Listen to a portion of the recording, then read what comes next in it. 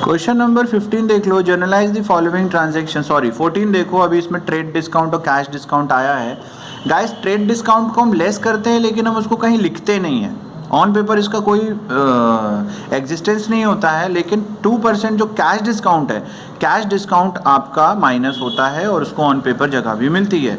बाकी का आपने कितना पे कर दिया है, 50% कैश आपने इमीडिएटली पे कर दिया है, तो जितना कैश आपने पे किया है कैश डिस्काउंट हमेशा उसी पर मिलेगा। जो क्रेडिट आपका रह जाएगा कि आपने 50% पे कर दिया, 50% बचा है, तो जो रिमेनिंग अमाउंट है you will not receive the cash discount on the remaining amount. तो क्वेश्चन नंबर 14 में है, आपने सामान खरीदा दिनेश से 3000 का, 10% का ट्रेड डिस्काउंट। अब इनका वर्किंग देखते हैं। ये 3000 था, इसका 10% हो गया 300, तो 3000 माइनस 300 इज इक्वल टू 2700। इस 3000 की कोई वैल्यू नहीं है, इस पर हमने कैश डिस्काउंट पूरे पे तो दे नहीं सकते। 2700 में से आपने पेमेंट कितने की करी है, 50% की, परसेंट मतलब अपॉन 100, तो ये कितना निकला है 2700 का 1350, इतनी पेमेंट करिए। इस पर आपको 2% मतलब 1350 इंटू 2% हो गया 27, तो आपने कैश दिया है वहाँ पर कितना 1323 और कैश डिस्काउंट आपको मिला है 27।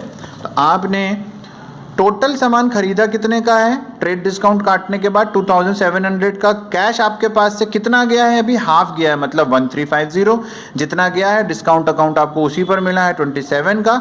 बाकी का जो बचा हुआ है वो आपका दिनेश को देने की लायबिलिटी है, इसलिए टोटल परचेजिंग हुई है 2700 की, कैश कम हुआ है 1350, डिस्काउंट मिला है 27, बाकी का जो बचा है भी दिनेश के अकाउंट में ही आपको क्रेडिट रखा हुआ है क्योंकि अभी आप उसके लिए क्रेडिटर हैं। अगली एंट्री, नेक्स्ट एंट्री है goods sold for ₹8000, 10% trade discount, 3% cash discount for cash. आपने सामान बेचा, हम इसकी भी एंट्री कर लेते हैं। टोटल आपने सामान बेचा 8000 का, जिस पर आपका ट्रेड डिस्काउंट हो गया 800 रुपीज़ का, 8000 का 10% मतलब 800, आपने सामान बेचा 7200 का, उस पर आपने कैश डिस्काउंट दिया 3%, 3/100, तो 216 माइनस कर लिया तो कितना आ गया 6984। तो आपके पास डिस्काउंट काटने के बाद कैश कितना आया 6984, आपने सामान कितने का बेचा था 7200 का, डिस्काउंट कितना हो गया 216। डिस्काउंट अलाउड है तो डेबिट होता है, डिस्काउंट रिसीव है तो क्रेडिट होता है। यहाँ पर डिस्काउंट रिसीव था देखो क्योंकि आपको फ़ायदा हुआ था तो क्रेडिट, यहाँ पर आपने डिस्काउंट दिया है 7200 का माल आपने 6900 में बेचा है, मतलब आपको डिस्काउंट आपने यहाँ पर अलाउ किया है तो ये डेबिट होता है।